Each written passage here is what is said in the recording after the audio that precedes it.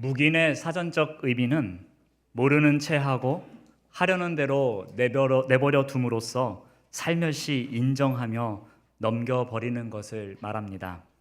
묵인의 정의를 다시 쉽게 풀어서 설명을 드립니다. 어떤 사건이나 현상이 발생합니다. 분명히 잘못된 행동입니다. 그런데 잘못된 것을 알면서도 모르는 채 합니다. 내가 하려는 대로 또는 타인이 하려는 대로 그대로 내버려 둡니다. 그리고 내 뜻은 아니라고 합리화하면서 살며시 인정합니다. 그리고 살며시 넘겨버립니다. 그런데 이러한 일이 반복됩니다. 그래서 나 또는 누군가가 피해를 당하게 됩니다. 이런 것이 바로 묵인입니다.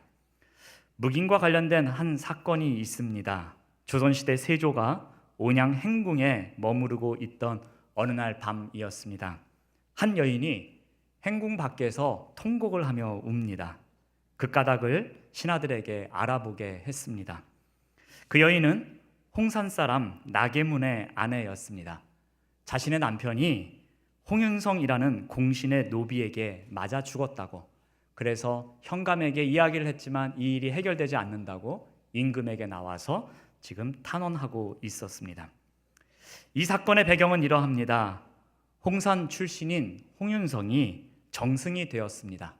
그러자 같은 고을에 살던 사람들이 우리 마을에서 정승이 나왔으니 우리가 선물을 하자 해서 노비를 2명 홍윤성에게 선물로 줍니다. 그런데 홍윤성이 그 노비들이 마음에 들지 않았습니다. 튼튼하지 못하다는 이유로 노비를 골라보낸 이 실무 책임자였던 나계문에게 곤장을 때립니다. 곤장을 때려도 분이 풀리지 않았습니다. 그래서 나계문이 소유하고 있는 산에 나무를 몽땅 베어버리게 만듭니다. 그래도 분이 풀리지 않았습니다. 그래서 홍윤성은 노비인 김석을산에게 저 나계문을 때리라고 합니다. 그러자 추운 겨울날 이 김석을산이 나계문의 옷을 벗긴 후에 구타하게 됩니다. 그 일로 인해서 나계문이 죽음을 당합니다. 이 사실을 들은 세조는 즉시 이 사건을 조사하도록 명령합니다. 그래서 이 사건의 당사자인 노비 김석을산을 사형시킵니다. 이를 제대로 처리하지 않은 현감이나 감찰사에게도 징계를 내립니다. 자, 그런데 정작 이 사건의 배우인 홍윤성에게는 아무런 문책도 하지 않습니다. 이러한 일이 일어나자 신숙주는 왕에게 상소합니다. 상소 내용이 이러합니다. 살인한 죄는 비록 노비인 김석을산에게 있을지라도 그가 홍윤성의 위세를 믿고 벌인 일이니 홍윤성 역시 책임에서 벗어날 수 없습니다. 라는 내용의 상소를 올립니다. 자, 그러나 세조는 이 상소를 무시합니다. 그리고 홍윤성을 부릅니다. 걱정하지 말아라. 김석을산이 스스로 살인한 것이니 경과 아무 상관이 없다. 그러니 염려하지 말라며 안심시켜서 돌려보냅니다. 세조는 공신들에게 이와 같이 관대한 잣대를 갖고 있었습니다. 재산 욕심이 많아서 여러 차례 구설수에 올랐던 황수신을 계속 감싸줬습니다. 심지어는 술에 취해서 왕에게 너라고 했던, 그렇게 몇 번이나 불렀던 무례한 행동을 한 정인지도 감싸주었습니다. 세조는 이들은 공신이므로 죄를 물을 수 없다라고 선포하면서 가벼운 징계만 내렸다고 합니다. 세조는 왕권을 침범하는 것이 아닌 이상 공신들의 비리나 잘못을 대부분 모르는 척 했습니다. 그대로 내버려 뒀습니다. 아무리 무례한 행동이더라도 살며시 인정하면서 넘겨버렸습니다. 그런데 공신들의 잘못을 묵인하는 세조의 공신 우대 정책은 많은 폐단을 가져오게 됩니다. 공신 집단이 온갖 비리와 부패의 온상이 됩니다.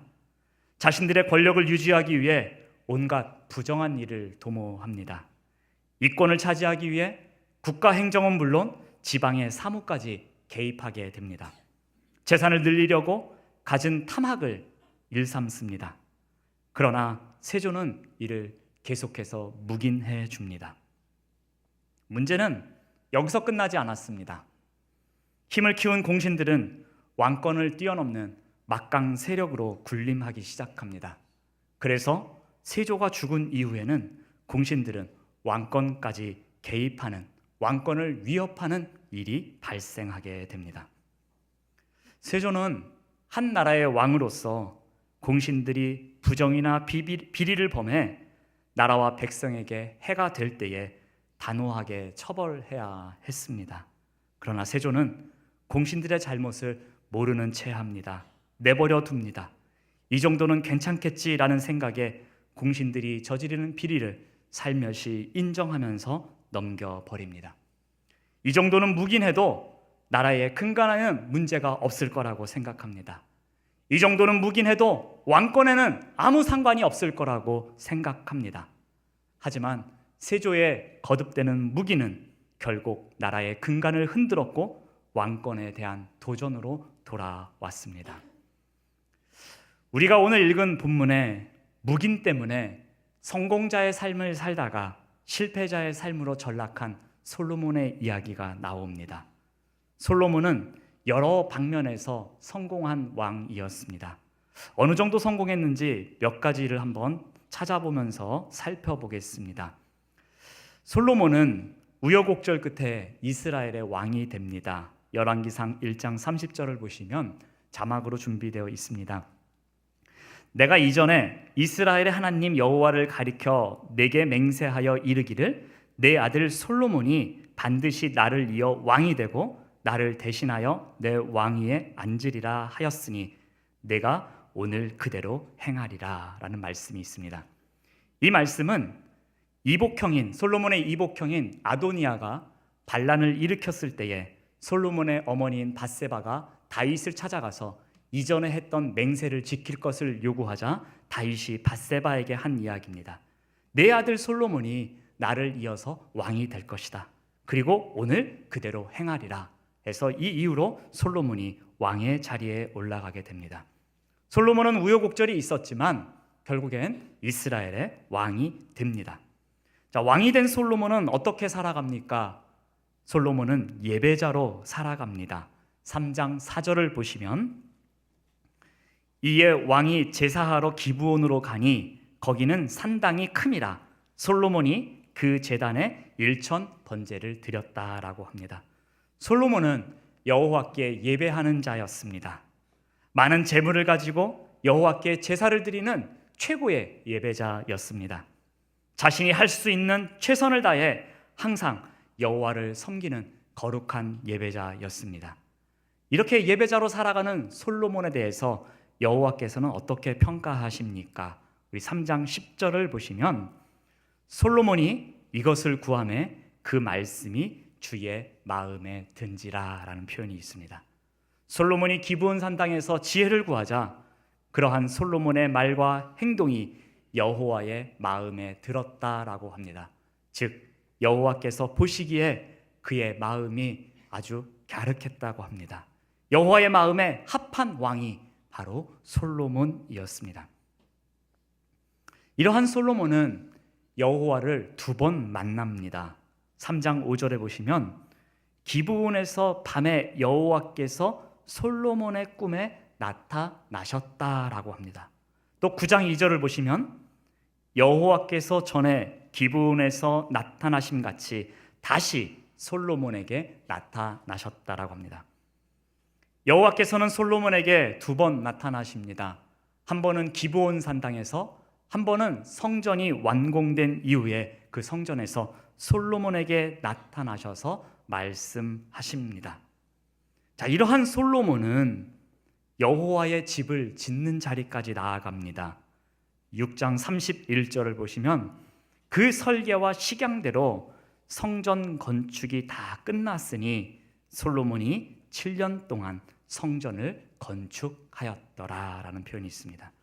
솔로몬 시대에 하나님께서 거하실 성전이 완공됩니다. 그의 아버지 다윗이 그렇게도 짓고 싶었던 성전, 다윗이 이루지 못했던 그 성전의 완공이 솔로몬 시대에 와서 이루어집니다. 솔로몬은 여호와의 집을 짓는 위대한 사역을 감당한 왕이었습니다. 솔로몬은 또한 백성들에게도 위대한 왕이었습니다. 백성들에게 샬롬의 시대를 선물합니다. 왕상 44장 20절을 보시면 유다와 이스라엘의 인구가 바닷가의 모래같이 많게 되매 먹고 마시며 즐거워하였다라는 표현이 있습니다.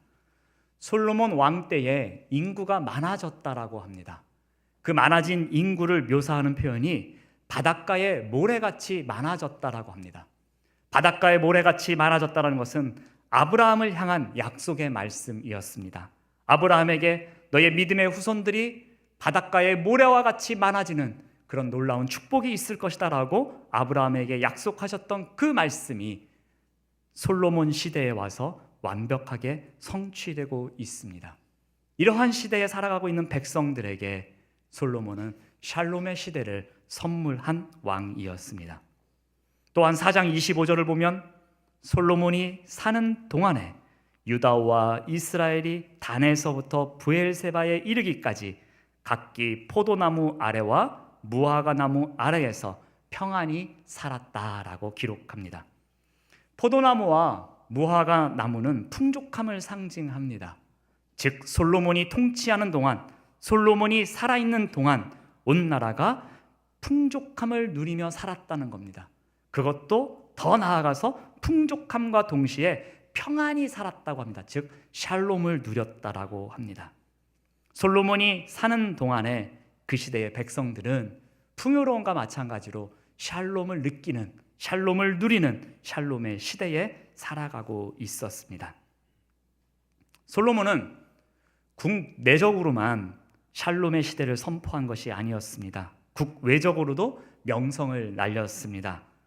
왕상 10장 1절을 보시면 스바의 여왕이 여호와의 이름으로 말미암은 솔로몬의 명성을 듣고 와서 어려운 문제로 그를 시험하고자 하였다라고 기록합니다. 아라비아 남부와 아프리카 동부를 지배하고 있는 나라의 여왕까지 솔로몬의 명성을 소문으로 듣습니다. 그리고 그 여왕은 사실이 그러한지 직접 와서 시험하고자 했다라고 합니다. 그래서 이스라엘을 방문하여 솔로몬과 이야기한 것이 왕상 10장의 내용입니다. 자, 그런데 이렇게 위대한 왕 솔로몬의 모습과는 다른 상반된 모습이 우리가 오늘 읽은 본문인 11장에 나오고 있습니다. 우리 11장 1절을 다시 보시면 이렇게 기록하고 있습니다. 솔로몬 왕이 바로의 딸 외에 이방의 많은 여인을 사랑하였다라고 기록합니다. 솔로몬 왕은 이방의 많은 여인을 사랑하였다고 합니다. 자, 그런데 2절에 보면 이것은 여호와께서 금지한 명령이었습니다. 왜냐하면 그들이 마음을 돌려 이방신을 섬기게 할 것이기 때문에 그들과 통혼하지 말라고 하나님께서는 명령하셨습니다. 자, 그러나 솔로몬은 그들, 즉 이방 여인들을 사랑했다라고 합니다. 여호와의 명령보다 이방 여인들이 더 중요했습니다. 여호와를 사랑하는 것보다 이방 여인을 사랑하는 것이 더 좋았습니다. 이렇게 이방 여인을 너무나 사랑한 솔로몬은 기네스북에 나올 만큼 기록을 보유하게 됩니다. 왕상 11장 3절을 보시면 왕은 후궁이 700명이요 첩이 300명이라고 합니다. 합치면 1000명입니다. 이 기록대로라면 솔로몬은 크고 작은 결혼식을 1000번 한 것입니다. 이것을 한번 계산을 해보면 한 주에 한 번씩 결혼을 해도 20년이라는 시간이 걸립니다. 한 주에 한 번씩 결혼하는 것이 버거워서 두 주에 한 번씩 결혼을 한다면 40년의 시간이 필요하게 됩니다. 솔로몬이 이스라엘을 통치한 기간은 40년입니다. 그러면 40년 통치하는 동안에 두 주에 한 번씩 결혼했다면 자신이 통치하는 기간 동안에는 거의 2주에 한 번씩 결혼식을 했어야만 했습니다. 솔로몬은 왕의 자리에 있는 동안에 결혼식이 늘 끊이지 않는 왕이었습니다. 이방 여인과의 결혼은 정략적인 결혼이었습니다.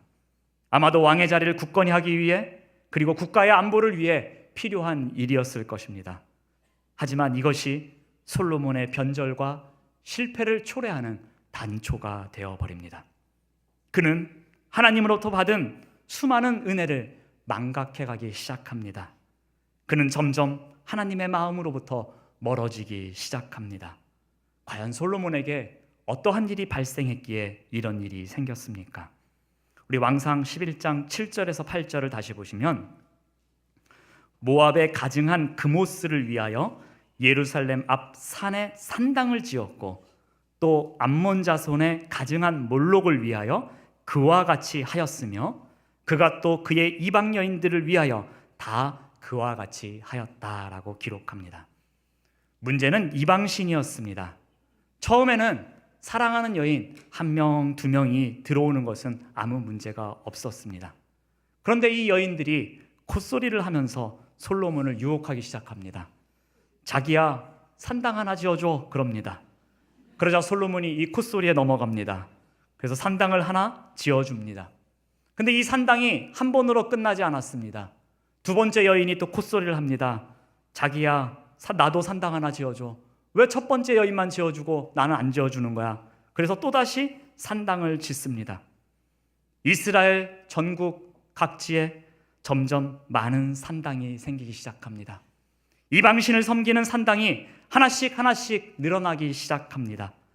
이쪽 이방신을 섬기는 산당, 저쪽 이방신을 섬기는 산당이 하나씩 하나씩 늘어나기 시작합니다.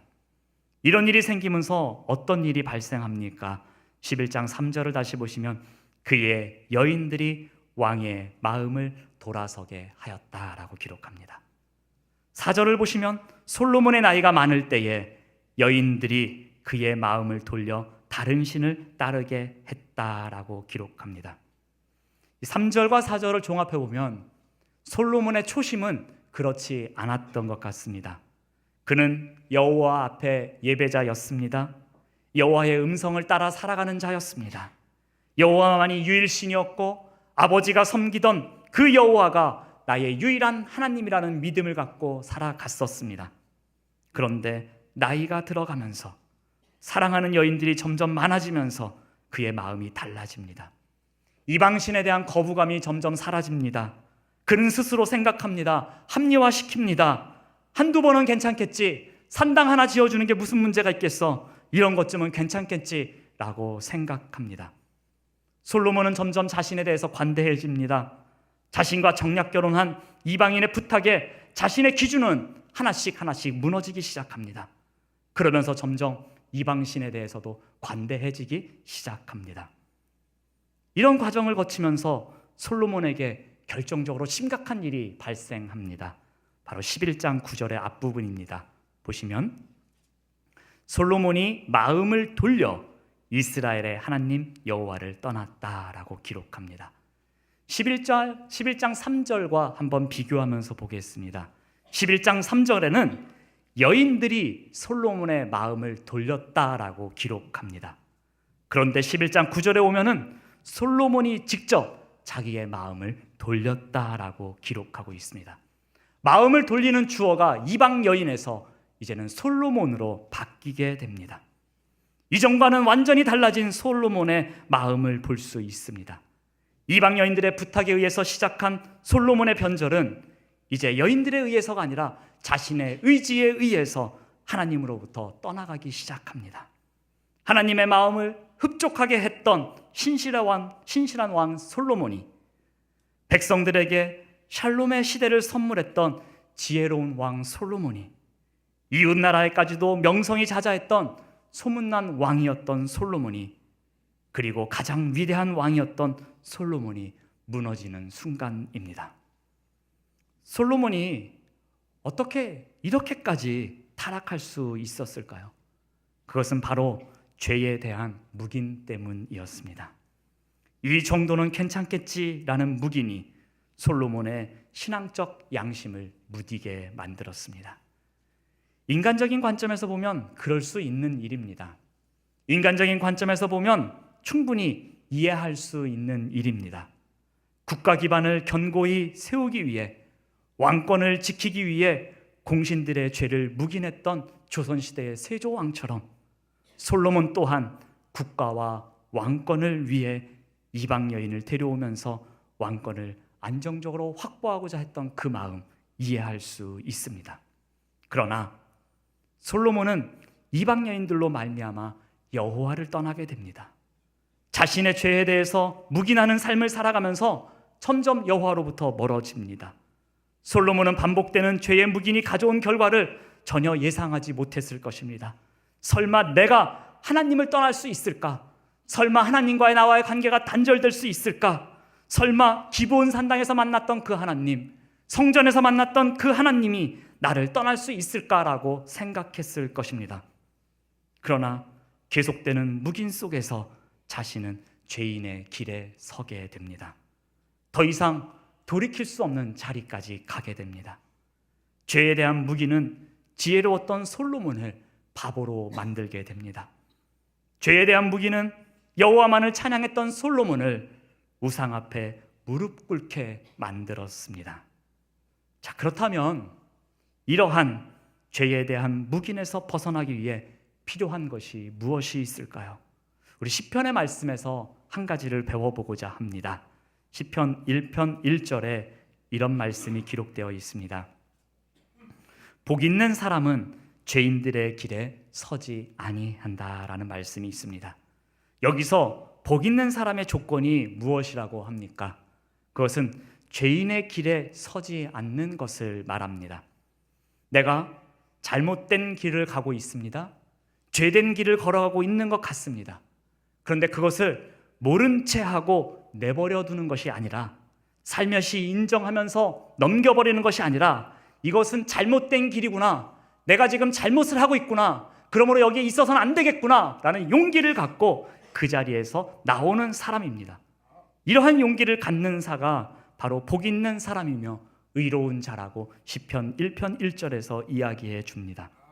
바로 죄인된 묵인에서 벗어나기 위해서는 바로 이러한 용기가 필요합니다. 우리 요셉의 경우를 한번 예를 들어보겠습니다. 요셉이 살아가는 삶의 자리에서 많은 환난이 있었습니다. 그 가운데 하나가 보디발의 아내가 유혹하는 상황이었습니다. 보디발의 아내, 힘 있는 자의 유혹이었습니다. 피할 수 없는 상황이었습니다. 자신의 힘으로는 극복할 수 없는 상황이었습니다. 그런데 만약에 요셉이 이 정도는 괜찮겠지라며 모른 채 하면서 내버려 두었다면, 이것은 내 의지로 할 수 있는 일이 아니니까, 내가 어떻게 할 수 없는 일이니까 살며시 인정하면서 넘겨버렸다면, 요셉은 죄에 대해 묵인하며 죄인의 길에 설 수밖에 없었습니다. 그러나 요셉은 그 자리가 죄인의 길이라는 것을 알았습니다. 그래서 그 자리를 피합니다. 보디발의 아내가 요셉의 옷을 잡고 유혹해도 그 길은 죄인의 길이었기에 용기를 내어 밖으로 피합니다. 요셉은 용기를 내서 죄로부터 벗어나려고 강하게 거부합니다. 요셉의 힘은 바로 이러한 용기에서 비롯됩니다. 험난한 인생을 이겨낸 힘이 죄인의 길에 서지 않겠다라는 그러한 용기로부터 비롯됩니다. 적당히 타협할 수 있었습니다. 적당히 모른 채 할 수 있었습니다. 적당히 자신의 처지를 합리화하면서 넘겨버릴 수 있었습니다. 그러나 요셉은 죄를 묵인하는 자리로 나아가지 않았습니다. 사랑하는 교우 여러분, 죄에 대한 묵인은 바로 우리의 문제이기도 합니다. 이 시대에 그리스도인으로 살아가는 우리도 삶에서 묵인이라는 미명하에 죄에 대해서 점점 무뎌지는 삶을 살아가고 있습니다. 우리도 스스로 합리화하면서 살아갑니다. 이 정도쯤이야, 에이 이런 건 괜찮아, 이런 거 한두 번쯤은 해도 괜찮다라는 생각을 하며 스스로를 합리화합니다. 우리도 솔로몬처럼 죄에 대해 묵인하면서 잘못이 잘못이신지를 모르면서 살아가는 우를 범하고 있습니다. 우리도 점점 원칙과 순수함이 무너지기 시작합니다. 조금 더 편하게 살아가기 위해서 죄와 모든 것을 묵인하면서 죄와 친해지는 삶을 살아가곤 합니다. 사랑하는 교우 여러분, 오늘 말씀을 통해 기억해야 할 교훈이 있습니다. 우리가 이 땅에서 그리스도인으로 살아갈 때에 조금 불편하더라도, 조금 돌아가는 것 같더라도, 조금 뒤처지는 것 같더라도, 조금은 손해보는 것 같더라도 죄에 대해 묵인하며 살아가는 죄인의 길에서 벗어나는 용기를 갖고 살아가시길 바랍니다. 바로 이것이 복 있는 자의 삶이라고 합니다.